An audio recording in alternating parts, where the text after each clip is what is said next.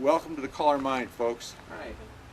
All right, let's step in here and just favor that side of the attic there. We use it for a classroom, so you guys go in there and arrange yourself by height in there.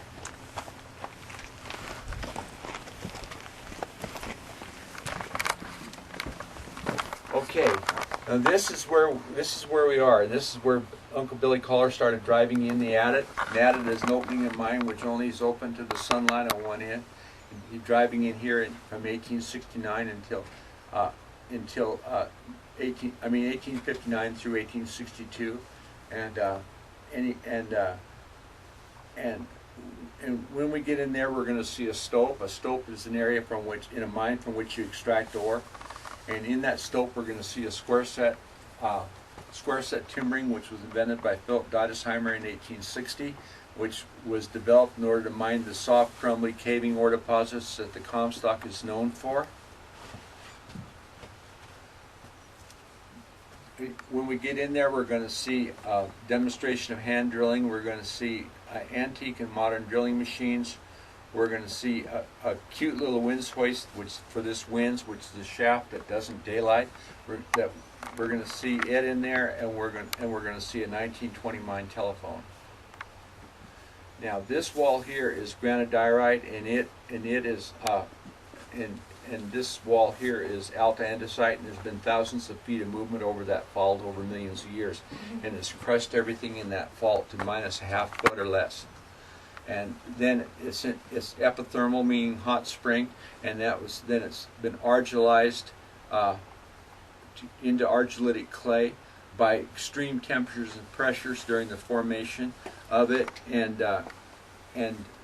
this accounts for the soft, crumbly ore bodies that I've already mentioned. This fault extends in a north-south direction for at least 7 miles, and it goes down to a depth of more than 4,000 feet.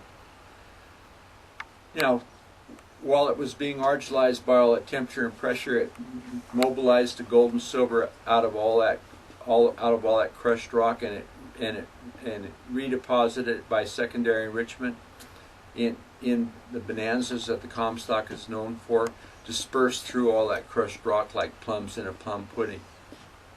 Now the temperatures down here, the temperatures are still extreme in the Comstock mines. The temperatures on the Sucre tunnel level are 110 degrees Fahrenheit, 100% humidity, and the temperatures in the bottom of the combination shaft are 180 degrees in the bottom of the sump in the combination. So in order to work these, the miners had to build cooling chambers in each of these drifts that resembled a 1910 butcher shop icebox, insulated with sawdust and with heavy wooden doors. And the guys would go down, they'd lower hundreds of pounds of ice down there every day, and the guys would go and they'd work in these headings, dressed in a pair of cutoffs with a wool union suit with the arms cut off, and with a pair of hobnail boots, and they would work in there until they got so hot they couldn't stand it, and then they'd retreat to those cooling chambers till they got so cold they couldn't stand it, drinking ice water out of wooden barrels with a ladle, and then they would repeat that sequence. And because of the terrible working conditions which cause respiratory and rheumatoid type diseases, plus the fact they had a very strong union, they were able to maintain the community as an 8-hour camp. At the time that was unheard of, and they were able to maintain the minimum wage paid to miners underground at $4 a day, and of course some miners made more than that, and that was the highest industrial wage in the world, to be equivalent to $400 a day today with no income tax. Now, this is a piece of hoisting rope that Chris and Penny found over in the dump over at the combination, and please notice the workmanship and the clevises and the clamps that were done in the mine blacksmith. This rope was manufactured by the same people who built the cable cars in San Francisco. The strands in the cable are ductile cast iron, and they were all hand woven. And this piece of cable was originally 4,000 feet long, and it was attached on this end here to two of those big rusty mine cages.